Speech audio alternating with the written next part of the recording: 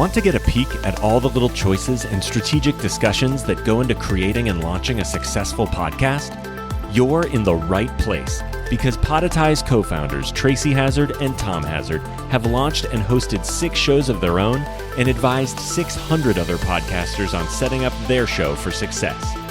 Drop in behind the scenes while they design their latest show, The Next Little Thing.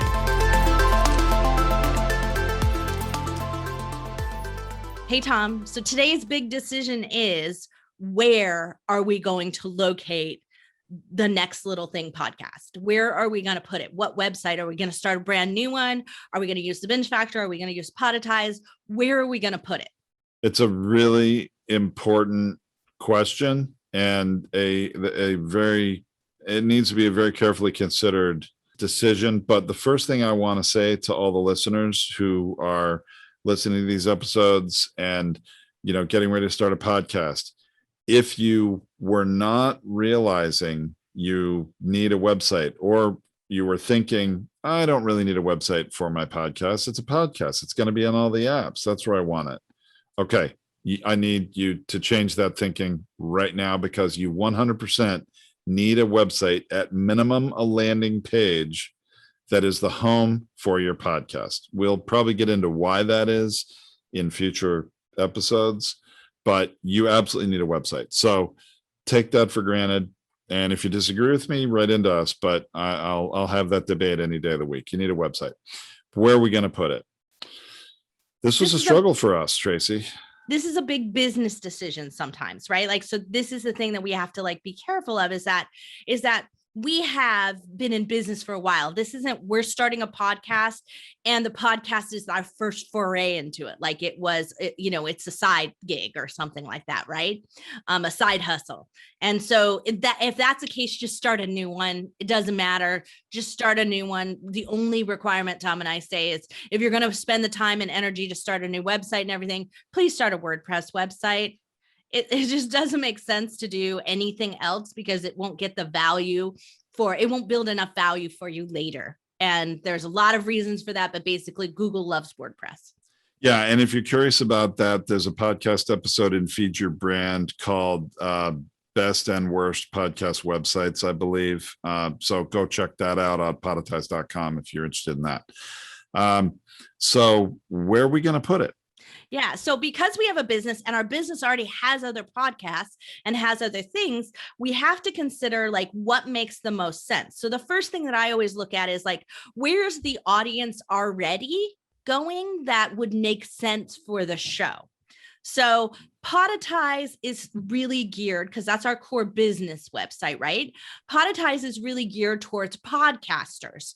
Our show is geared towards those who want product recommendations, right? The listeners are looking for product recommendations. They're looking for the next little thing, right? The next thing out there, the cool hunters, right? Trend hunters. So they're not as likely to respond to it being on a Podetize, on a podcasting service site. And I don't love the idea of putting a podcast that is completely about content, about products, about the content itself, and not about sales. It's not related to selling our podcasting business. I don't like putting that on a sales site, because when you do that, it degrades the podcast itself from a content purity standpoint, because then people assume there's sales going on it. Right. So Podetize is out. That's just we ruled it out. So now the decision for us is, we already have really great SEO value and lots of traction and lots of people coming to the Binge Factor. And that's a really great website. We spent 2 years building up right now. And it has people who are thinking about bingeable things and out there now. Yes, our focus is a little bit more on the podcast side, but does it make sense, Tom, for us to locate the Next Little Thing there? Or should we start a brand new website, which is just a little bit complex to handle? Well, those are really the two decisions. I agree with you. If we're going to put it on an existing website, the Binge Factor website makes sense. We probably are going to have to change it up a bit, because right now the Binge Factor is all about that one show. So we'll be, changing that, pivoting that a little bit. or do we put it on its own website? Well, so there are pros and cons to that decision. If it's on its own website, clearly it'll be very clear. That's what this website is all about. There won't be any brand confusion with any other things, but it's another whole website to build and maintain and pay for. And we have a lot of content that we record and create, related blog posts for on other websites. And there is a complexity of trying to get more than one website to rank on things than it is to sort of adding more fuel to the fire of another website that's already ranking. So I think for us, it may make more sense to change up the bingefactor.com and add this show to it. What do you think? Well, yeah, I mean, because something I've wanted to do is sort of think about maybe making the Binge Factor into a broader media coverage, like, things, podcasts, people, influencers, like making it broader and doing something called, binge media or something like that, or Binge Factor media, where we're talking about something that you buy and use again on the next little thing. And we're talking about podcasts that you listen to again and again and again on the Binge Factor. So there's some synergy in that if we do that. But you're right, it does create a complexity of redesign that now needs to happen to the Binge Factor website to house two podcasts side by side, right? And so we have to kind of give it a new homepage where the Binge Factor, the way that it is right now, can stay as if that was the podcast page itself. And so, that's just going to involve a little bit of time on my part and planning on my part. But making this decision now is really important, because if we're making this decision right now, then everything we do in terms of color synergy and styling and things like that, I clearly know the home that the next little thing is going to go on. And it helps us make choices on cover art and where we're going to go, because we want it to look good together. We need the Binge Factor logo and the next little thing logo to look like they go together. Now, if I had a network that had, 100 different podcasts on it, or a dozen different podcasts, it would be okay if they were all different. But when there's only two, I need them to have some similarities and synergy between each other. Sure, but I guess I see that's where this could be going in the future. The Binge Factor show exists. The next little thing is another show under our umbrella of shows that we're doing. We start a new show at least every year.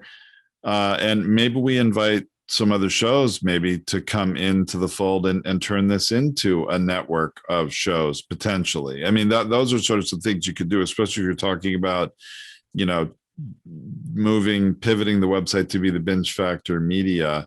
Those are some things you could consider. And so I like the idea of opening those doors, really exploring those possibilities. I mean, at the end of the day, if it just ends up being two shows on the same site that are both shows that you and I are hosts on, that's enough of a reason to have them on one website, but there could be more potential.